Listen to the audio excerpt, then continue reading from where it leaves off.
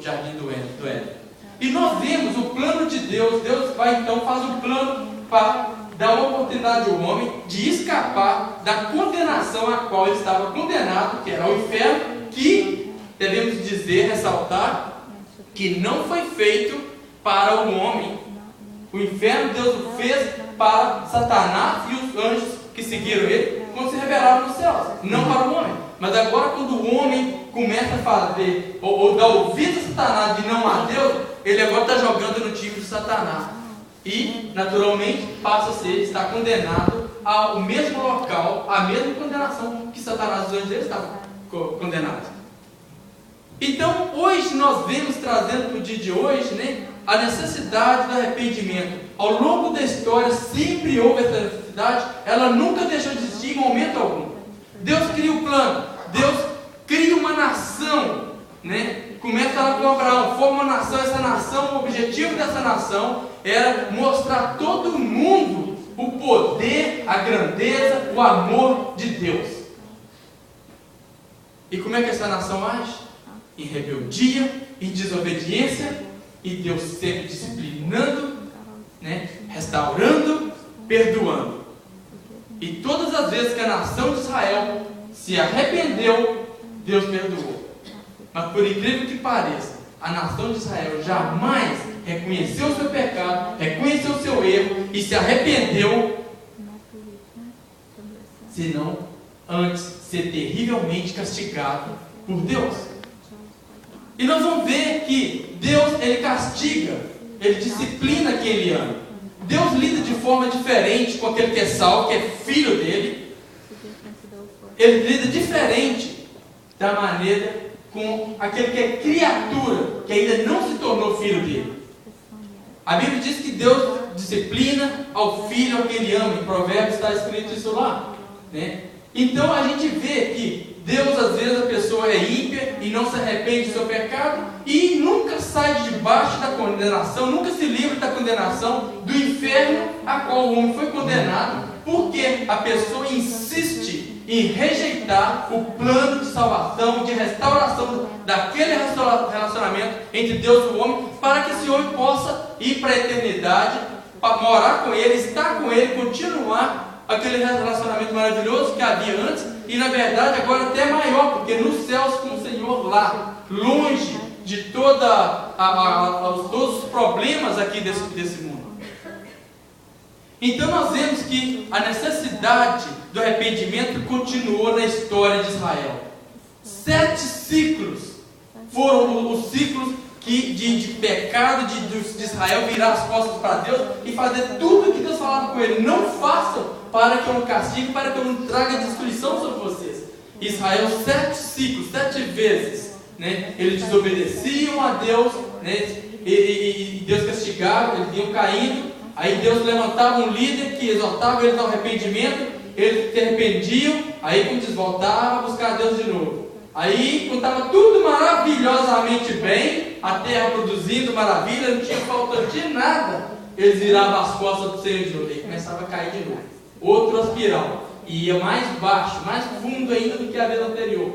Aí Deus levantava outro líder para liderá-los ao caminho, ao arrependimento, para voltar àquele relacionamento com Deus. Eles melhoravam, subiam de novo, e quando estava tudo maravilhosamente bem, nada de guerras, a terra produzindo, estava maravilhosamente bem, não tinha falta de nada, eles viravam as costas para o Senhor e adorar outros deuses dos povos vizinhos, e começava a descer de novo. 7 ciclos! Aí a gente lê essas histórias, a gente vê no Velho Testamento como que uma nação pode ser tão obstinada dessa maneira. Deus fazia sinais maravilhosos, sobrenaturais de frente para eles, e eles conseguiram duvidar de Deus, do amor de Deus, do poder de Deus, questionavam a Deus, agravavam a Deus com palavras absurdas, e Deus trazia o castigo para eles, trazia a destruição sobre eles, e eles continuavam fazendo. Mas a triste realidade é quando a gente vê que nós agimos da mesma forma que a nação rebelde de Israel. Eu já disse aqui anteriormente, se você que quiser ver e poder falar como o apóstolo Paulo era capaz de falar, terrível, miserável homem que sou, bem que eu quero fazer, isso eu não consigo fazer. Mas o mal que eu não quero fazer, eu acabo fazendo. Quem me livrará da condenação do pecado?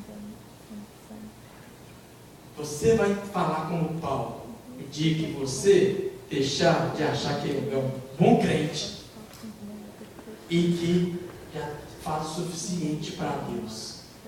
Ou seja, que o sacrifício de Jesus na cruz é pequenininho demais e que o que você faz é suficiente para pagar o preço que Jesus pagou pelo seu pecado.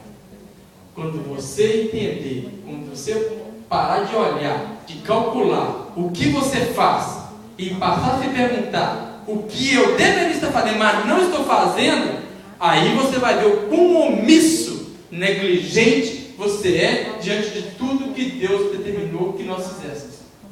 E você vai entender que nós não somos diferentes da nação rebelde de Israel.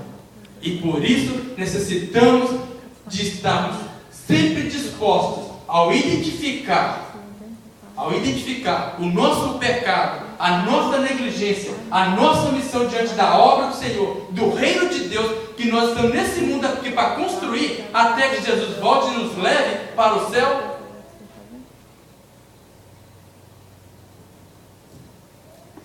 Nós não vamos melhorar, nós não vamos crescer, não vamos ser cheios do Espírito Santo e não vamos produzir frutos.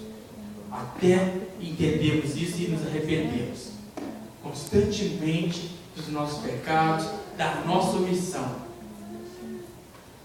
E nós vemos que nesse texto, sobre esse tema ainda, né, teve uma ilustração interessante que só para dar uma ideia de quão medíocre às vezes nós somos e pecamos, às vezes em coisas simples, né? E teve um pastor, até uma determinada ocasião, marcou uma reunião ao ar livre, né, debaixo das árvores do lado de fora da igreja, né, e convidou o pessoal que era para estar naquela reunião, naquela confraternização ali, talvez num churrasco ali, e ele convidou várias pessoas. Quando chegou no dia que isso aconteceu, essa reunião, de manhã, ele percebeu que na lista das pessoas que ele tinha convidado, ele tinha esquecido uma pessoa, a irmã Quitéria. Ele vai correndo, meu Deus, como é que eu posso fazer? Esqueci de convidar a irmã Quitéria. Ele liga para a irmã Quitéria, ela atende o telefone. Ele imediatamente falou: minha irmã, me perdoa, porque eu convidei todo mundo e acabei passando batido no nome da irmã, e gostaria que você estivesse aqui hoje com a gente na reunião. Ela falou assim: já é muito tarde, pastor. Eu já orei pedindo a Deus para mandar chuva. Ou seja, quão rápidos e dispostos estamos a revidar quando alguém, né, erra com a gente, quando alguém pisa no nosso pé ou pisa no nosso carro, e nós mais que depressa, né, a nossa natureza pecaminosa, a primeira coisa que ela fala: vinga, dá um troco, bate para trás, toma um tapa, dá dois para trás. Quando a palavra de Deus fala exatamente o contrário, né? Então nós temos tantos problemas de relacionamentos e não estamos dispostos a nos arrepender todas as vezes que erramos. Irmãos, eu vou falar para vocês, é difícil, né? Porque Deus conhece o nosso pensamento, Ele conhece o nosso coração. Antes que nós, né, de fato façamos alguma coisa, ergamos a mão, movamos a mão para fazer algo errado, Deus já está sabendo, já está vendo a maquinação lá no nosso coração. E você já pecou ali, porque Deus sabe. Você não precisa, na verdade, falar algo que você pensa ou executar um projeto que você tramou no seu coração contra alguém para você pecar. E às vezes essa palavra arrependimento, ela pouco faz parte, ou talvez nem faça parte do nosso vocabulário, do nosso dicionário. Então há uma necessidade constante, né, do arrependimento.